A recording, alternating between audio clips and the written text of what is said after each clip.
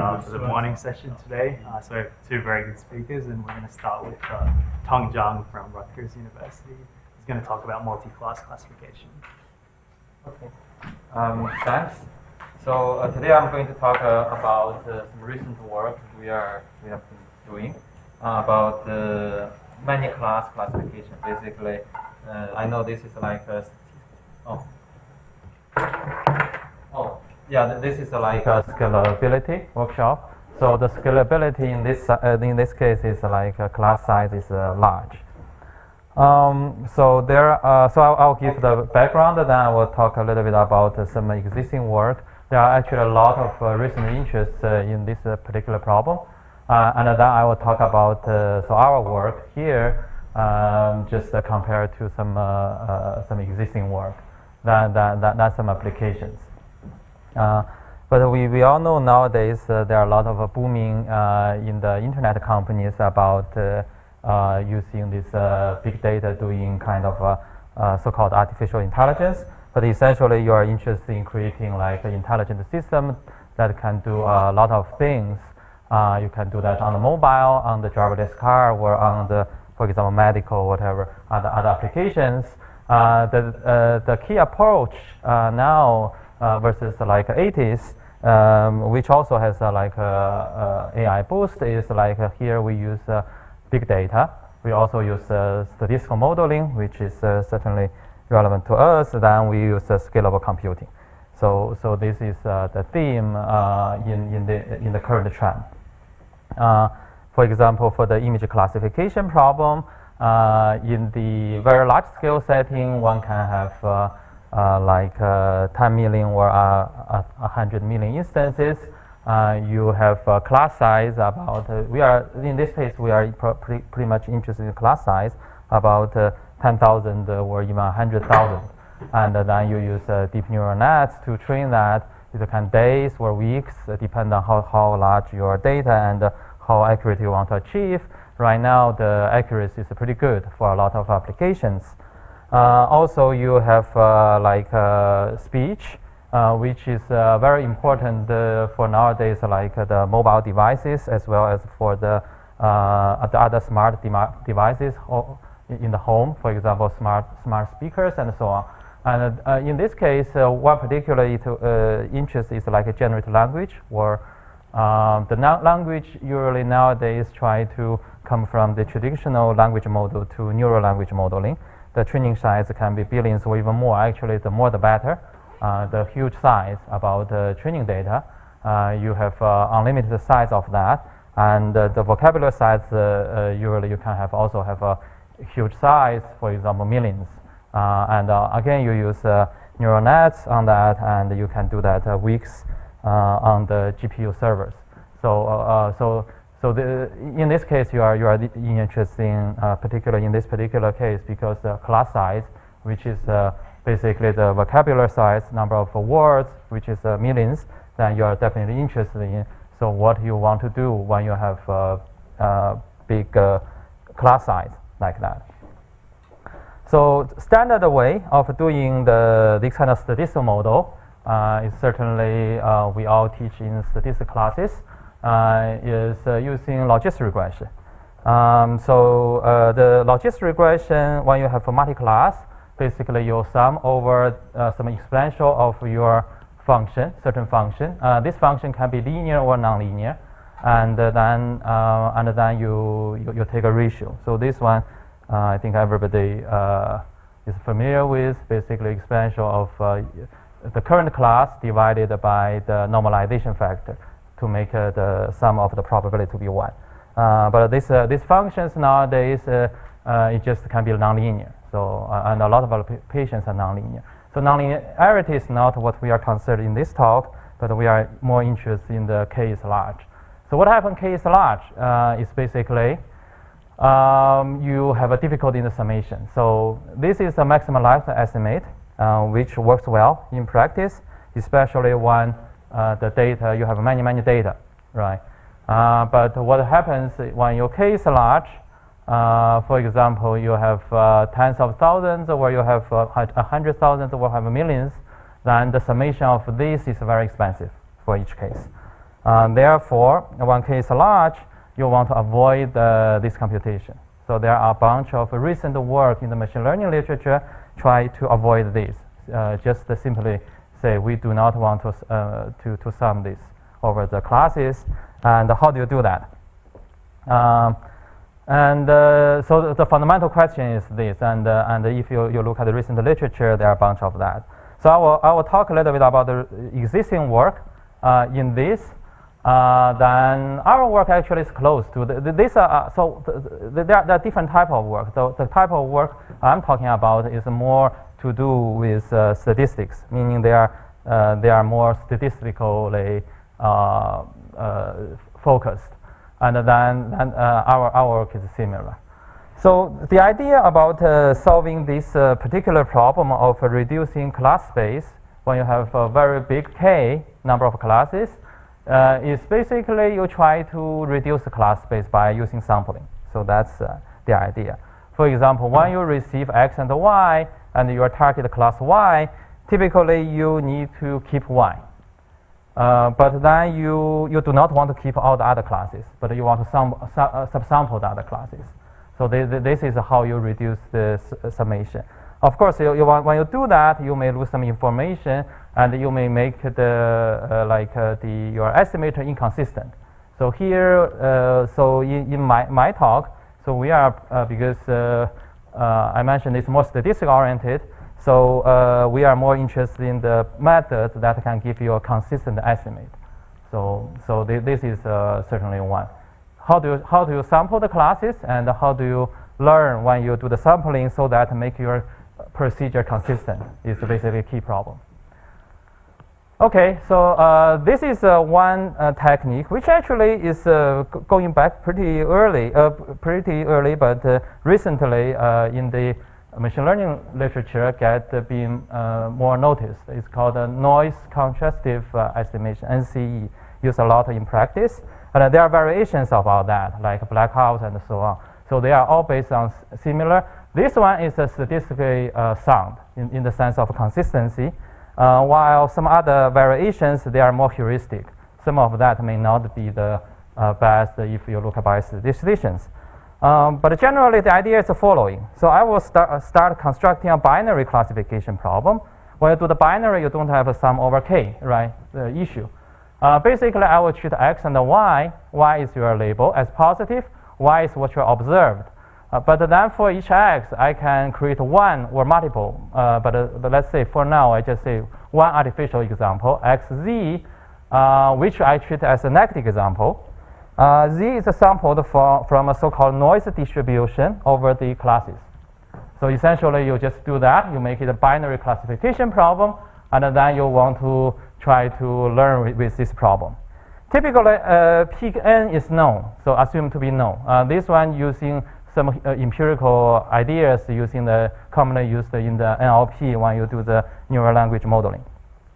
So this is the setting, and then what you do, the estimation. Once you have that, the idea is actually not very difficult. It's easy to understand. Basically, when you have you just look at this binary classification problem, xk, and conditioned on sk, and then because sk is your class, can be positive when d equals 1 or negative when z is coming from the noise. So therefore, when you do the conditioning, you have this is your probability you are interested in. Basically, given x, you want to find y, which is on top, or you have in the bottom you have either x, y, or you have the noise. After some manipulation, basically you can just write down at this.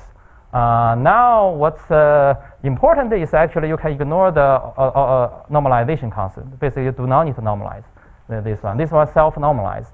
The details, if you just write down, you can do an exercise, but essentially, it's not very difficult to see that you do not need to do normalization. You can say, I just make it this, but I do not put any constraints on G.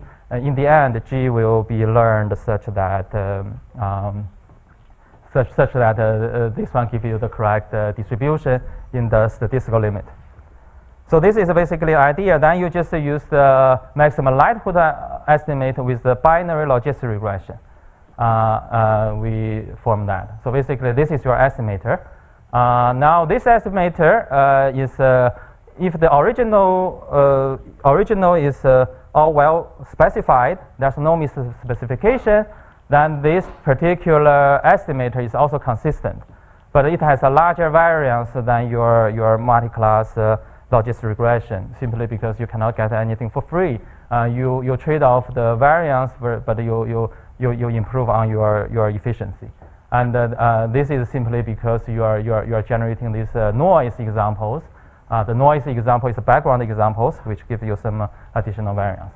So I'm not going to exactly this, but I just say this is one method which basically people use, as well as its variations. There are a bunch of work in recent years. So there's the JMR paper. There are some this application in the language modeling, as well as some more recent work, which using heuristic improve that procedure by using some heuristic argument. And this one also used quite a lot in the if you do TensorFlow or whatever. So they all have options doing things like this. So this is essentially what happens. But there are other methods doing this particular.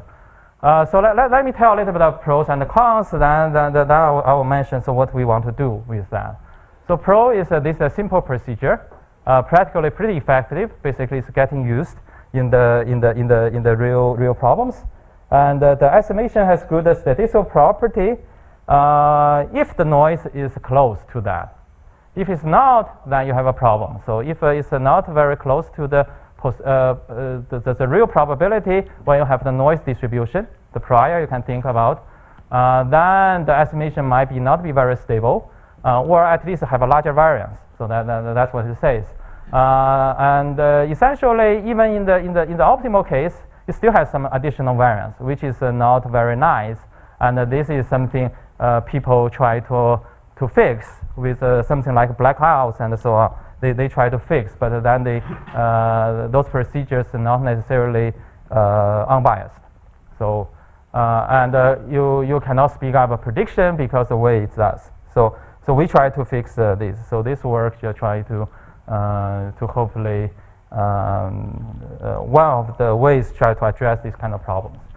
The second thing is a different set, which is a little bit non-statistical but more algorithmic, but it's also useful. So because we want to combine the fast computation side. Mentioned earlier for the NCE, it's not for fast computation, but the tree structure over classes will be for the fast computation. For example, you treat K as K classes as your tree leaves, then you go through your tree until you hit one of the leaf your classes. It's like that. These are your classes. Then you go through this. Because of you go through a tree, it gives you a logarithmic dependency on the class size when you do the inference, as well as when you do the computation. So this is how you can get. You can get both training. You can just if you observe this class, you just go through this route. So it's a log dependency on your class size, and but by doing so, you have accuracy loss. So people also know that. So that's why usually you do not only do that. So but essentially, both on the training side, on the inference side, you can get some speed up if you do this. There are some examples. This is one way. Just say, oh, at each time you do a binary, or if you have a k children or binary tree, then you have just binary classification at each point, and then gradually go through the tree. There are also ways to construct tree. One example is this one. The idea is you do some splitting such that the class on one part is more consistent, and so on. This one gives you a better tree, and so on. But there are a bunch of work on this side like that. There are also some of that also recent, like this one is the how do you learn trees. This is additional some work on those how do you learn the trees. The trees its main point is computation. So you have both training and prediction. It's a logarithmic dependency on your class size. If you do it right, it's a general procedure. But it's not talking too much about the statistical aspect of that. So the consistency as well as variance become an issue. In particular, you typically see some accuracy loss in this kind of approaches. This is something also we want to address. But particularly in our case, we use a tree for the computation, but we use more of a NCE type of structure for the statistical part. So it's a merger of that. But also we modify the NCE. So our main contribution actually is at that side, on the modified NCE, make it more better in some sense. So it's but we will do we'll both look at the statistical side, which is related to the early example NCE, as well as the tree size for the computation. So I will talk about that. So give the intuition of our method. So in our method, we modify by some practical systems, how they work. Generally, for the practical system, when you have a large scale like a search, right? Search, you have you sift through many results. You find a very small version. Recommendation is like that. Typically, they have this kind of a system, a two-stage procedure. The first stage, they try to retrieve some relevant items.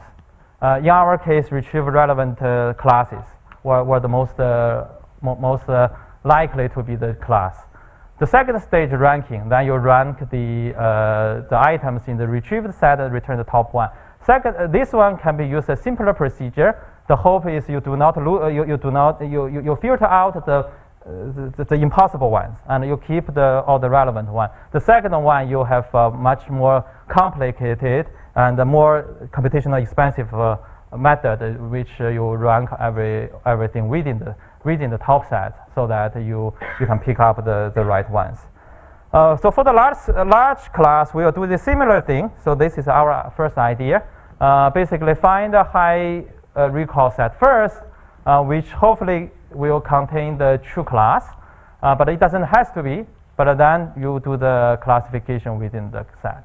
If it really contains the true class, then you are done, right? It's not difficult. But what happens if it doesn't, right? If it doesn't contain the true class, then you have to have some ways to cover that, at least in your computational procedure. Otherwise, you are not going to be consistent. Because I am not going to assume the first stage will always be right. So in this case, this is basically what we want to address in this particular case. We use this kind of ideas, but the key problem is what if when you do the first stage, you do not cover the true class, then we will think about how do you fix that. So here are the key idea. So of what we do. First, I will start to find the number of classes, which candidates, which like first stage I mentioned in the practical systems, doing search or recommendation. These candidates are likely to contain the true class. And for the remaining class, I will using the sampling, similar to the NCE type of stuff, sampling. So if the true class is in the small set, then we have reduced the variance. The hope is. If it doesn't, then we sample the true class from the remaining with increased variance. So this is the idea. Basically, the contribution will be, this is a consistent method. Computationally efficient if you can find these candidates well. This one we will later talk about using tree structure or some any other procedures you can do. So computational method, and hopefully it's a lower statistical variance. But what we can say is the statistical variance approach that MLE, when the first stage you get really good estimators. This also can be used with a practical tree method, which can be used to generate the candidates. So this is basically the main contributions about this. So let's look at the formulation. Now we assume now you are given. So this one, whatever method you try to generate. We can leave that later to say how do you generate these candidates. But assume you get these candidates. And then you, this is set, this is small, much smaller than k, and assume that the others are the noise set, so the other remaining class. So you start with that, you find the candidate set, and you treat whatever else will be the noise. Then you sample the noise class according to an arbitrary probability. This one you assume you can do, basically. So this one is similar to the NCE, which also gives you a background probability you can sample from. And here, the same. We assume we can sample from a background probability. Roughly, what we do is try to approximate this sum using the sum in the candidates, which now is small, plus some kind of importance weighted. This one can be changed to others, but right now, for our case, we use just the importance weighting. When you sample that, you correct that, and if you take the expectation over the right-hand side, because this one sample according to this probability, while you take expectation, it's going to become sum of your remaining expectation. So, yeah. So when you say Q could be arbitrary, you take it to be uniform, or you design it in some clever way? There are ways to design that, like using a simpler classifier. For example, unigram. So some people, but you can also take a uniform. In some cases, we just take it a uniform, right? But there are ways. There are ways to design in some cases. Yeah. So here is that. So basically, 1y equals your candidates. Then you do the summation, but with approximate summation underneath. Top is still this one. The bottom is underneath. It will be you sample an additional j, and you put that into a summation to complete your summation. But when it's outside, you have that basically is similar. Your contrast with your candidates.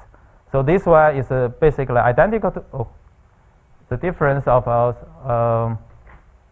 the difference about these two. When you're inside and y is not, this is y is covered. You just random sample some contrast class from outside your candidates. Then you form this ratio. When it's outside, this is more standard. The contrast of this guy is basically what's inside your candidates. So basically, this is how we form the estimate. Here is essentially in the expectation what you all try to optimize. So again, this one you can. There are other ways to do that, but for this particular work, we use this particular estimator. Yeah. But the normalization factor in expectation matches the truth. Yeah. But the variance could be very large. The variance could be, but if you're practically, if candidates is very large, this is smaller. Yeah. So you always trade off for variance with it's like other estimate has this problem as well. Once you sample the classes, it's always have this problem. Very large depend on how do you view that in practice. Yeah. But also, yeah, this one is only in expectation. Another thing is what I want to say. This one in expectation, but the sum is in the log. So in the log, which really causes a bias, right? But the main idea is when we form this way, it doesn't have a bias. So that's the key thing. It's not about variance. Variance has a variance. So hopefully you can get a better estimate. But the key point is it's not completely trivial in the sense of because this one is approximation of your sum. It's not a true sum. Also, it's within the log. But if you do that, if the original model is correctly specified, this one is also correctly specified. Basically, the optimal is basically given the correct one. So that's basically the main observation.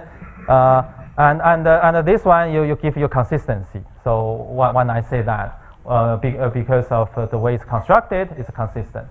The other way is when you look at empirically what you do when you do the maximization. So when you do the maximization, you have a sum over your data. here sum over your contrastive class, the noisy class. Sum over the noisy class is the expectation. So if you do the stochastic gradient, which is a preferred method nowadays people use, so each time you just sample from here. So the computational time, because of this sum is outside of a log. You move from within the log to the outside of a log over your sampling classes.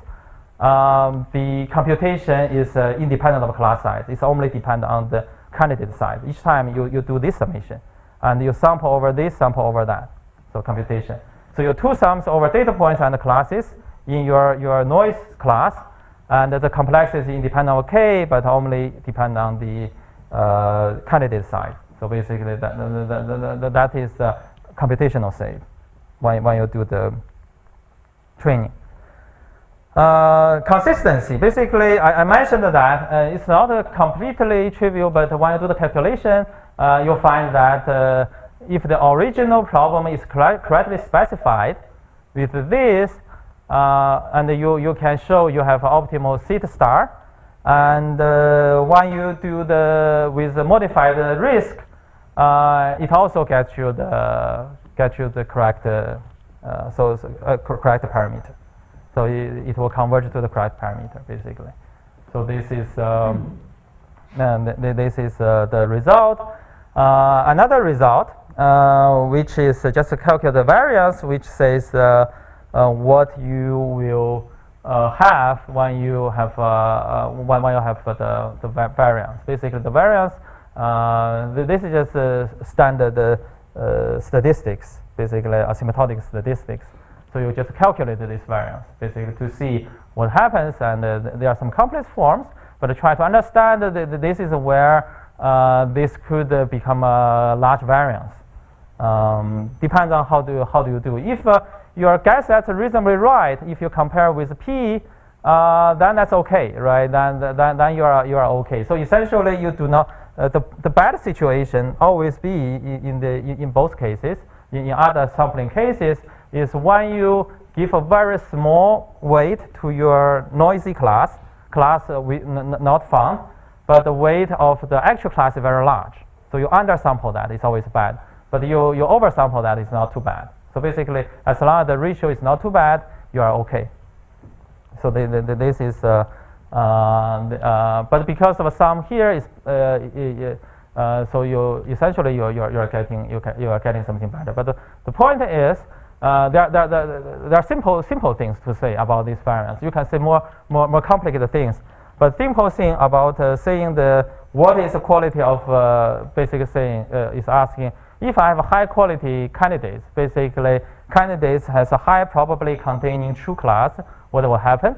Then what happens is the variance will also be small. Basically, that it's not too surprising if you think about the candidates contain all the true class. Then the variance, then the remaining class really doesn't matter much. So basically then basically this says that. So it says that the variance will be small.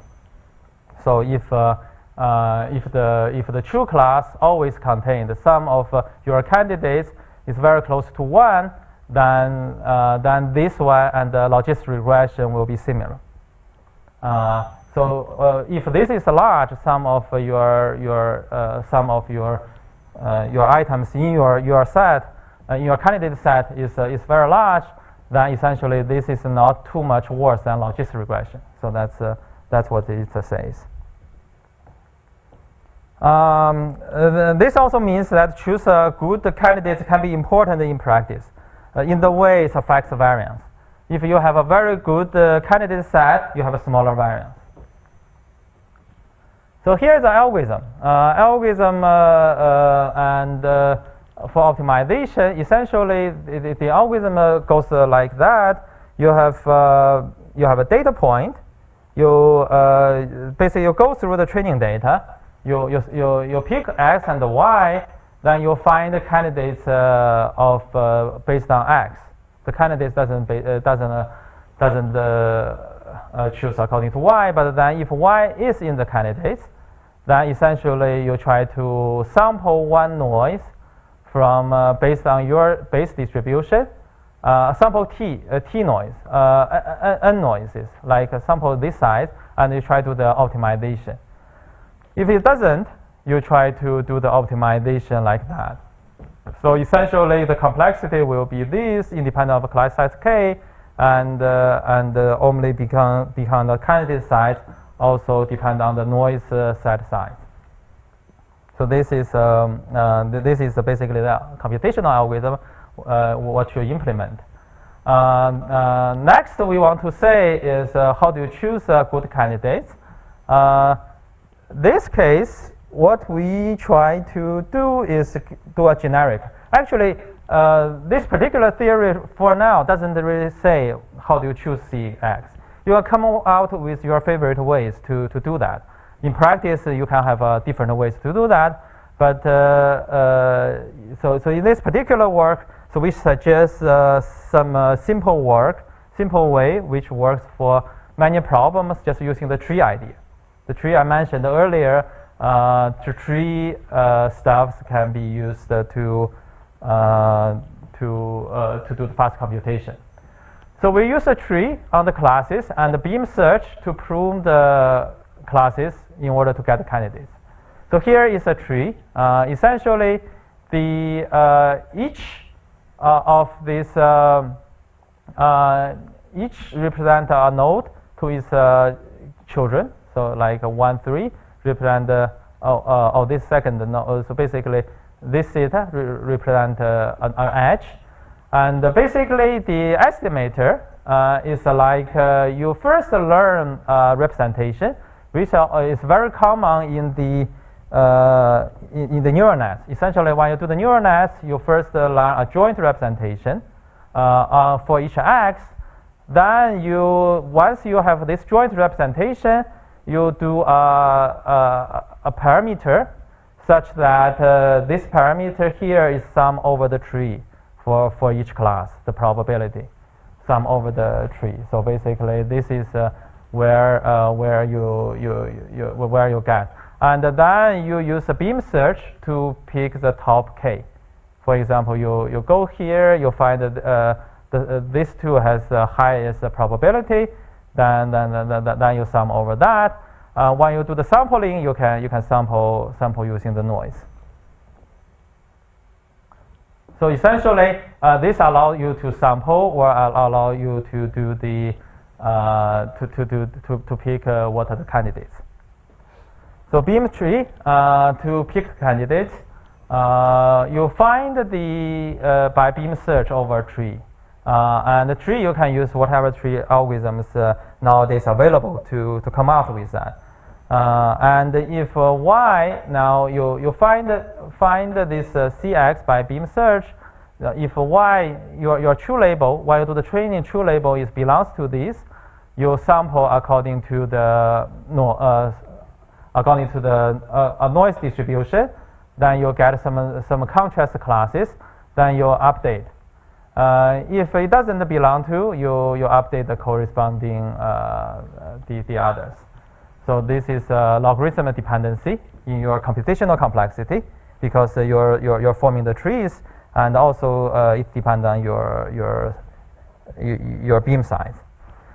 Yeah. So the basically this log k really comes from the tree structure, tree search, and for the particular, if you do not use this tree search, if you use some other method, it may potentially be independent of k. So that's just one comment about that. Yeah. Representation G. Yeah. That's used to score these things or whatever. Where is that coming from? This is a learned neural net. You do a joint learning. It's typically you have a joint neural net. Yeah. You learn, and in the top you start to have the parameter for each classes. Then each classes you put a structure in there. Put like a tree structure for the classes. So typically you below the top level you do a neural net, and then you have a weight matrix for the classes. But here for the weight matrix, you impose a tree structure. Yeah, so it's a joint learned. Yeah, they contain their own parameters. Yeah. But basically, yeah, this is a procedure. Okay, so interest is mainly in the k-dependence. This is one example of application for the neural language model, which people use a lot for this kind of approach. So you have context edge, which basically is an x. So, but in the language of a neural language model, they sometimes say it edge. So we just write it as edge, but it is x in previous slides. And then this is word probability. So you look at the word, and the probability of this word is like this kind of logistic regression form. You have a parameter theta, and your score here is typically given by two vector multiplication. One vector is a word embedding vector. The other vector is UH.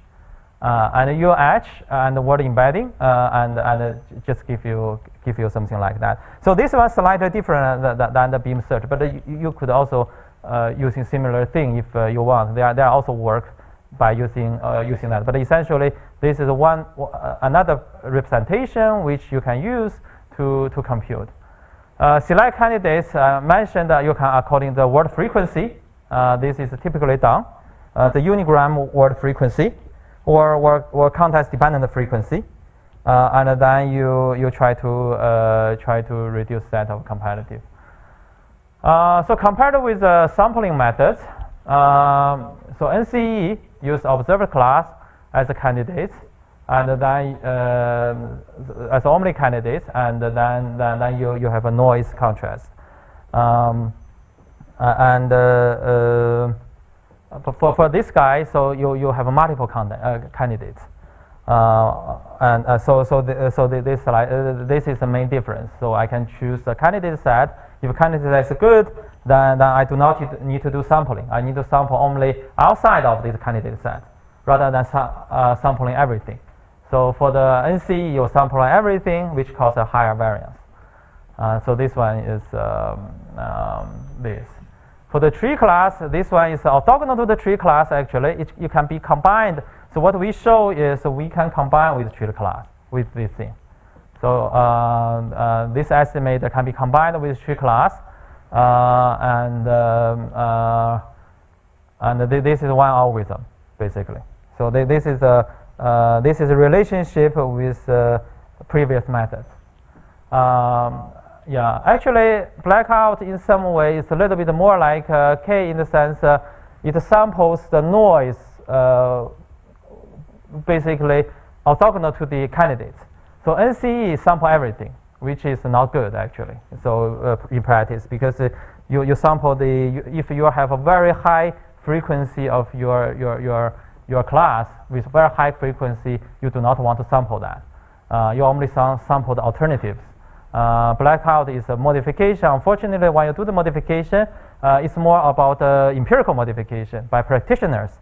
So they do not think about statistics. So statistically, there are some issues about this kind of modifications. But it's getting used in practice, even though there are some problems in the statistical problems still get used. So I will show some applications. Just quickly go through some applications maybe. One is, there are just standard data sets.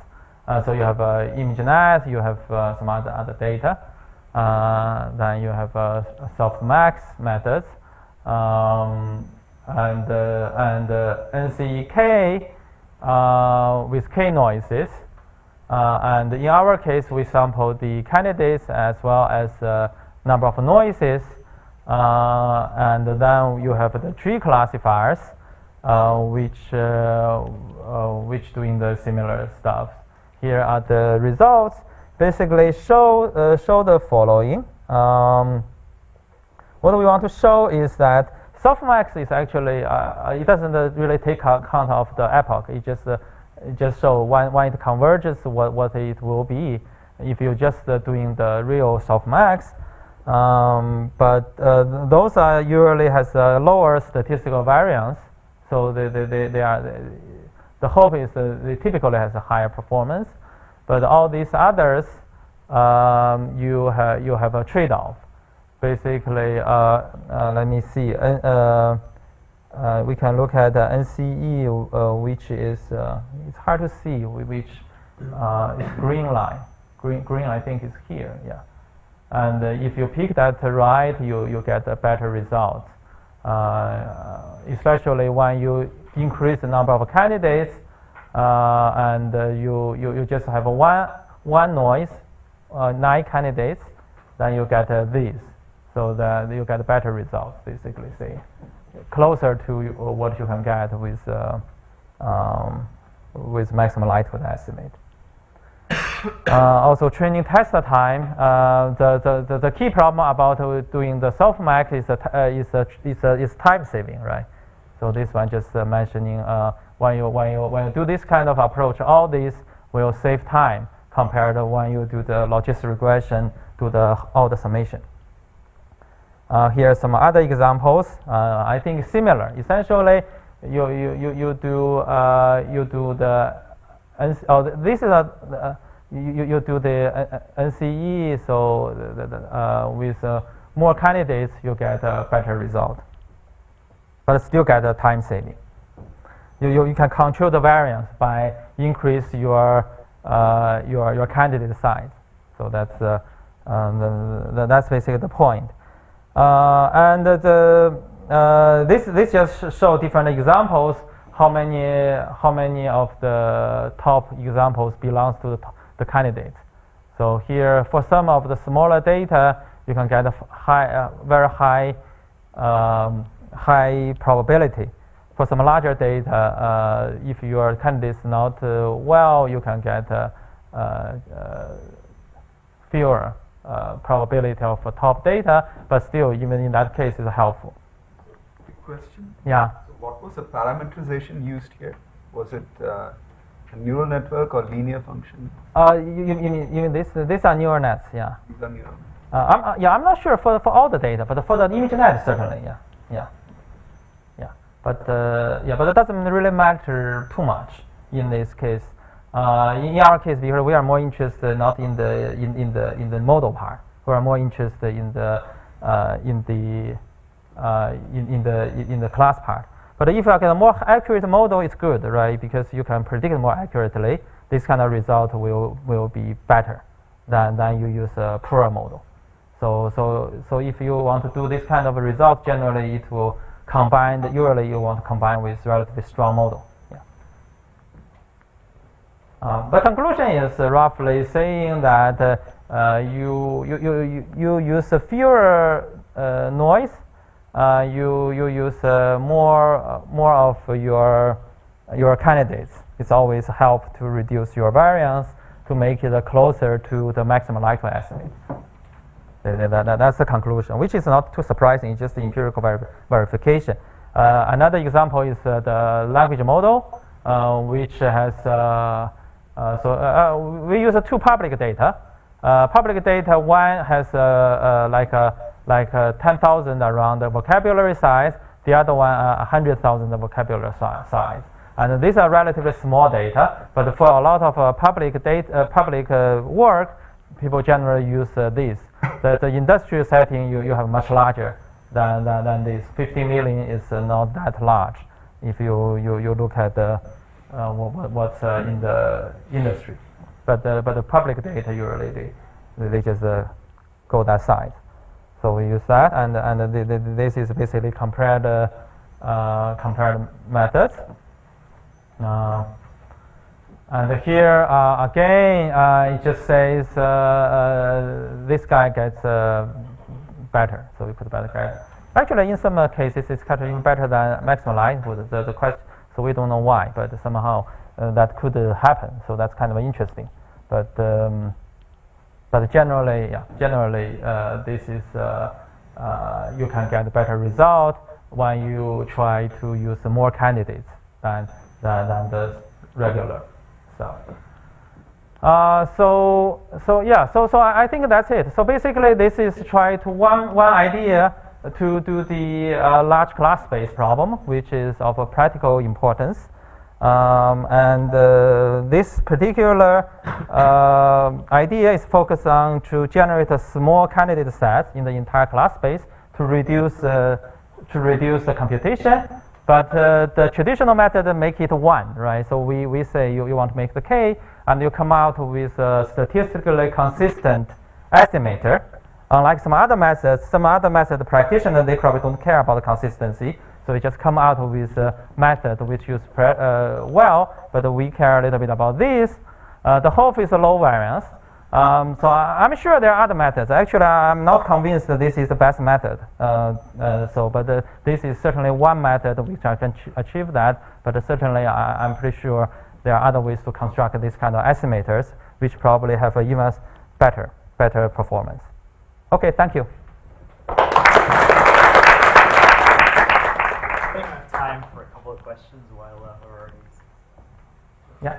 I guess if I'm thinking in terms of the margin, then given class Y, I want the most confusing class. And so if we sample with respect to some arbitrary noise distribution, then chances are I'm not, especially with the large K, I might not get this most confusing class. Right.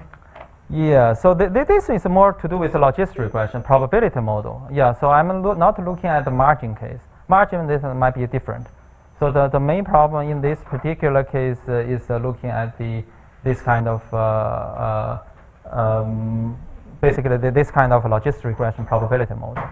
And yeah, so if you put a lot, for example, if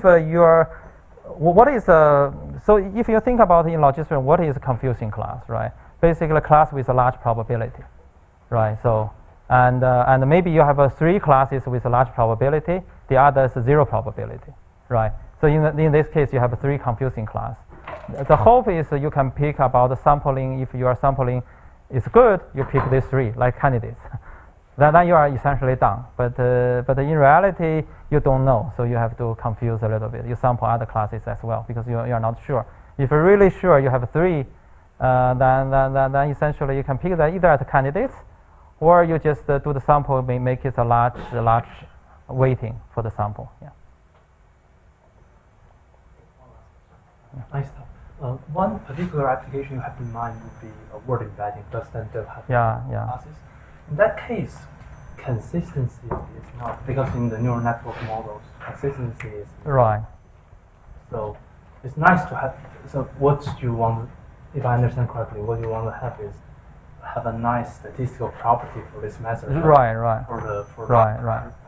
Yeah, I mean, if you are curious about the embedding, like what showed there is a G phi, right? That's or UW.